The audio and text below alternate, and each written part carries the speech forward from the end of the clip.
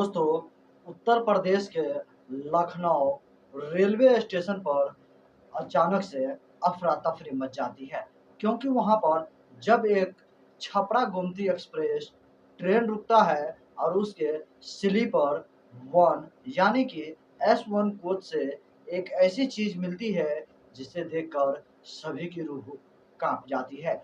हर कोई अचंभित होता है कि आखिर इतने लोगों के बीच में आखिरकार उस स्लीपर बॉक्स में वो डेड बॉडी कैसे पहुँची, जिसके 1 नहीं, 2 नहीं, बल्कि 6-6 टुकड़े कर अलग-अलग पॉलीथीन में पैक कर उस ट्रेन के स्लीपर कोच में रख दिया गया था। और ये सारा मामला क्या था और आखिर वह लाश किस लड़की की थी, जिसके बॉडी के 6 टुकड़े कर दिए गए थे और वो कातिल कौन था? जब आप इस पूरी कहानी को विस्तार से सुनेंगे, तो आपको यकीन नहीं होगा कि इसमें जो कातिल है, वो कोई और नहीं, बल्कि उस लड़की का पिता होता है। आखिर एक पिता अपनी ही बेटी का कत्ल क्यों करेगा? आखिर एक पिता अपनी ही बेटी का कत्ल कर उसकी बॉडी को कहीं छिपाने के बजाय वो ट्रेन में क्यों छोड़ दिया? आखिर इन सभी घटनाओं के पीछे का कारण क्या है? चलिए इस पूरी कहानी में विस्तार से समझते हैं।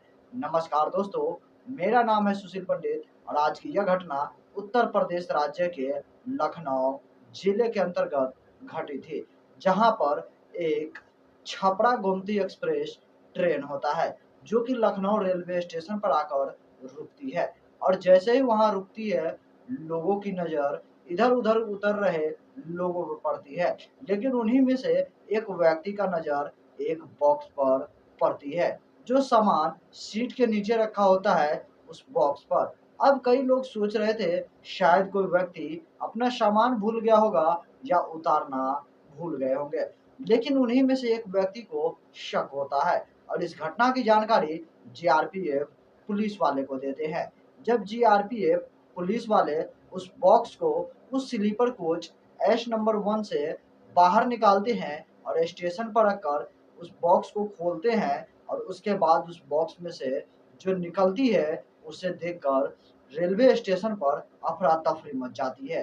दरअसल उस बॉक्स के अंदर एक लड़की की डेड बॉडी के कई सारे टुकड़े होते हैं, लेकिन उन बॉडी में सिर गायब होता है, धड़ होता है, दोनों हाथ और पाँव होते हैं और बॉडी के कई अलग-अलग टुकड़े होते हैं, जो कि उस बॉक्स के अंदर कई सारी पॉलीथीन में पैक कर रखी गई थी, जैसे बिल्कुल सामान को सजवा कर रखा जाता है। और इस सभी घटना के बारे में जब जीआरपीएफ वाले पुलिस को इत्तला करते हैं और इस घटना की छानबीन की जाती है, पता लगाया जाता है कि आखिर ये बॉक्स कहाँ से आया और इसे इस ट्रेन में किसने छोड़ा। पुलिस अपना डिजिटल तरीका अपनाते हैं और हर एक स्टेशन का सीसीटीवी कैमरा खंगालना शुरू कर देते हैं। आखिरकार पुलिस वाले उन सभी कैमरा को छानबीन करते हुए हर एक रेलवे स्टेशन का पता करते-करते आखिरकार कुछ संदिग्ध लोगों के ऊपर उन्हें शक होता है। जो लोग वो बॉक्स लेकर लगभग 3 लोग थे, जो उस बॉक्स को लेकर रेलवे स्टेशन पर पहुँचे थे और उसे S1 स्लीपर कोच में छोड़ दिया था।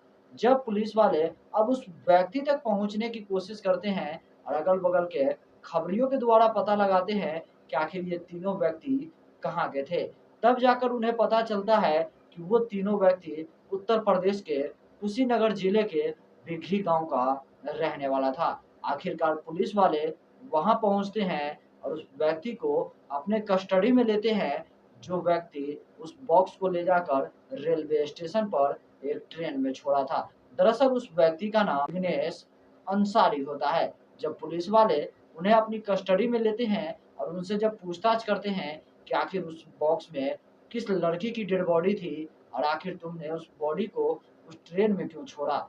तब वो पिता ना चाहते हुए भी वो सारी सच्चाई बताता है।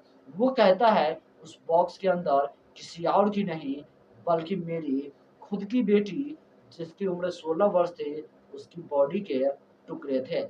मैंने अपने ही बेटी के 6 अलग-अलग टुकड़े किए और उन टुकड़ों को उस बॉक्स के अंदर छिपाकर रेलवे स्टेशन के स्लीपर कोच में डाल दिया, ताकि यह स्टेशन के भीड़-भाड़ वाले जगह पर पहुँच जाए और लोगों के बीच इसे किसी की नज़र ना पड़े और यूँ गुमनाह तरीके से गायब हो जाए। लेकिन पुलिस वाले पूछते हैं कि आखिर तुमने अपने ही बेटी का कत्ल क्यों कर दिया? आखिर इसके पीछे का कारण क्या है? तब एक पिता जो विघ्नेश अंसारी होता है, वो पुलिस वाले से सारी सच्चाई बताता है। वो कहता है कि मेरी बेटी किसी हिंदू लड़के से फ़ोन पर बातचीत करती थी, जो कि मुझे बिल्कुल भी पसंद नहीं था और इसके लिए मैं अपनी बेटी को लगातार कई बार समझाता था कि वो इस तरह की हरकतें ना करे और किसी भी लड़के से बातचीत ना करे, लेकिन वो मानने को बिल्कुल भी तैयार नहीं थी। और इससे पहले मेरी जो बड़ी बेटी होती है, वो एक हिंदू लड़के से शादी कर चुकी थी।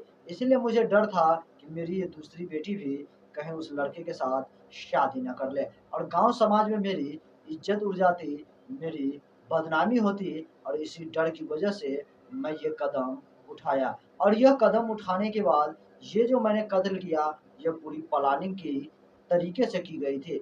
इसमें अचानक की गई कत्ल नहीं थी और ना ही यह कोई साइको किलर वाली घटना थी, बल्कि पूरी प्लानिंग और परफेक्ट तरीके से की गई मर्डर थी। इसके लिए सबसे पहले मैं अपनी पत्नी और बेटे को अपने ससुराल भेज दिया और अपनी बहन और उसके पति को अपने घर पर बुलाया, ताकि मैं अपनी बेटी का कत्ल कर सकूं। और इसीलिए जब सारा घर सन्नाटा हो जाता है, तब अपनी बहन और जीजा के साथ मिलकर मैं अपनी उस 16 साल की बेटी का कत्ल कर देता हूँ और उसके सिर को ले जाकर गाँव के ही एक तालाब में फेंक देता हूँ।